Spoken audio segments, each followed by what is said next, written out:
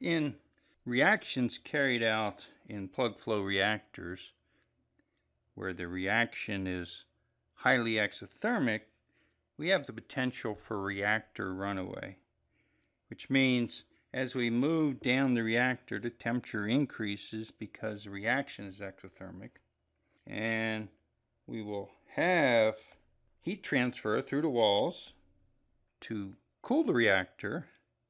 But this competition between the rate increasing as the temperature increases, which is exponential, the rate of heat removal, which is linear in the temperature difference, means that we can end up with a situation the heat can't be removed fast enough and we have thermal runaway.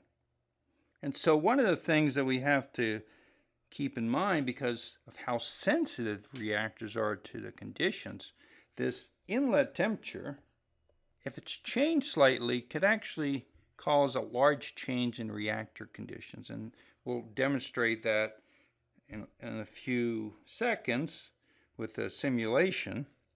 And the idea is we're doing this for a plug flow reactor, and some of the important aspects are that it's exothermic. We do have heat transfer through the walls. And the thing that is important to keep in mind is that rate constants have an exponential dependence on temperature, and this is what is responsible for this behavior. So we're demonstrating this with a plug flow reactor, but we could just as easily do it with a batch reactor with an exothermic reaction, heat transfer through the walls, and the exact same ideas apply and the exact same potential. So what we're going to look at is, as we change this inlet temperature, what happens. And then we'll also look at, in our model, if we don't really know some of the values, like in this case, we'll look at activation energy, and I change the activation energy a little bit in my model, how much difference does that make in what I calculate? So this idea of having sensitivity to variables such as the activation energy or the heat reaction is referred to as parametric sensitivity. So let's look at the model and the graphical output. How does temperature change as a function of distance down the reactor? So here is the output from a Mathematica simulation. What I'm plotting is temperature in Kelvin, the y-axis, versus plug flow reactor length in meters. This is a partial oxidation reaction. There is a significant temperature increase, but then the temperature decreases as we move down the reactor because the rate of heat removal through heat transfer through the walls is greater than the heat being generated from reaction. And if we look at the molar flow rate of reactant, we can see it decreases, and then the reaction, as the temperature goes down, the reaction slows down significantly. This happens to be the molar flow rate of orthoxylene that we're partially oxidizing. So what we want to look at is the effect of increasing the feed temperature. In this case, the feed temperature is 624 Kelvin. So what these Mathematica simulations allow us to do is change the variable.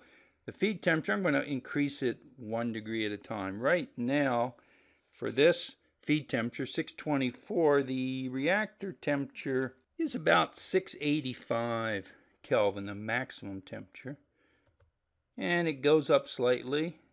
Not surprising, as I raise the feed temperature by 1 degree. Again, it goes up slightly. Again, slight increase as we've increased the feed temperature. We're up to about 690. It's about 695. But now it's starting to increase faster.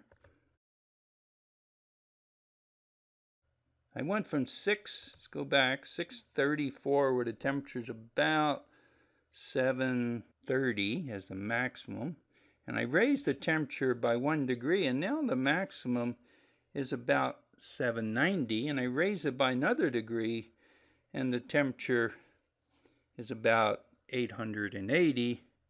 And 1 more degree, and it's well over 900, over 950, over 1,000. So notice the increase is very sharp because as the temperature increases, the heat of reaction is exothermic, increases the rate constant exponentially, so we're generating now heat faster, which raises the temperature even more, and we have thermal runaway. It's not something that would be desired in running the reactor, but the thing that is important to keep in mind here, that's 640, 639, 636, and 635, just a dramatic difference between a couple degree temperature change in the feed inlet causes hundreds of degree temperature change in the reactor.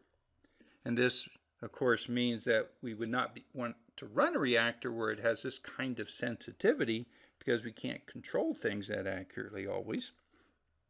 And if we look at what's happening to the molar flow rate as we raise the feed temperature, so now we're converting about 2/3, and as we raise the temperature, suddenly we essentially have complete conversion and a very sharp decrease in that feed concentration, and then it happens at shorter times as we raise the feed temperature more, that the rest of the reactor is just a heat transfer to cool down the reaction products. Everything has reacted.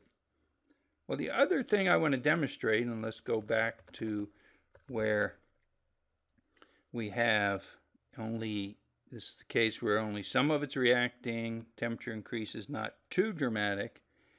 If we change the activation energy, this is the activation energy, 113, that we're using in our model. If we were to change that, keeping the feed temperature constant, so we change the activation energy to 114, so notice from 690 we're up to 720, and now 115.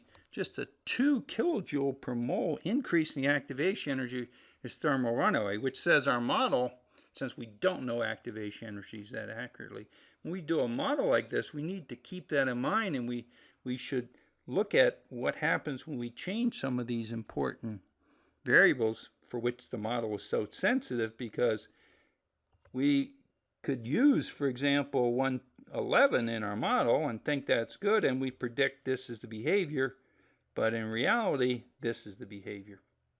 So this idea of parametric sensitivity applies both to changing conditions like the feed temperature and changing various parameters that we use in the model. Well, we don't know these values as well as we would like to.